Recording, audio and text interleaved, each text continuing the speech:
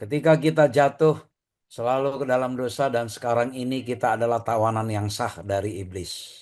Kita masih berada di tawanan dosa. Walaupun misi Kristus pada waktu dia mati dan bangkit, kita sudah berhak mendapatkan keselamatan. Namun ketika bumi dan dunia ini masih dikuasai dosa, kita masih berada di dalam tawanan iblis. Kristus punya misi menyelamatkan tawanannya. Oleh karena kecenderungan sifat kita yang sudah berdosa ini, kita juga punya kecenderungan atau tendensi untuk selalu jatuh ke dalam dosa. Belum lagi setan selalu aktif berkeliling, dia mencari mangsanya, menerkam kita supaya kita bisa jatuh ke dalam cengkeraman tangannya. Seperti yang kita katakan tadi, iblis bukanlah lawan kita yang seimbang. Hanya dengan kekuatan Allah kita bisa lepas dari cengkeraman setan dan kita bisa mengalahkan iblis itu.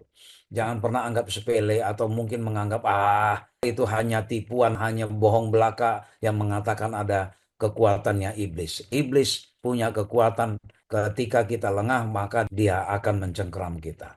Hanyalah ketika kita dengan rendah hati memohon pertolongan Tuhan, kita berhasil mengusir iblis. Tapi kalau kita merasa sombong, merasa yakin kita bisa mengalahkan, kita tidak akan bisa memenangkan perlawanan yang dibuat oleh iblis. Ada aturan main yang sudah disepakati oleh penguasa sesungguhnya dengan penguasa kegelapan.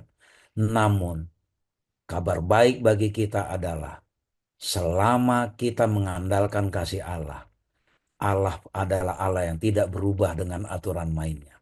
Kasihnya akan memenangkan kita. Kasihnya yang akan merangkul kita. Kasihnya yang akan melindungi kita dari serangan iblis yang begitu jahat, begitu kuat untuk menarik kita. Dia punya daya tarik yang luar biasa. Baik sadar maupun tidak sadar, dengan mudah kita akan tertarik. Karena kita ini punya kecenderungan jatuh ke dalam dosa. Oleh karena itu, bergantunglah sepenuhnya dengan rendah hati. Mari kita memohon pertolongan Roh Kudus Allah agar kita diberi kekuatan. Hanya itu pertolongan kita, hanya itu. Tidak ada yang lain. Oleh karena itu, kita harus rendah hati. Karena kalau tidak rendah hati, Allah tidak bisa mengerjakan pekerjaan keselamatan itu di dalam diri kita.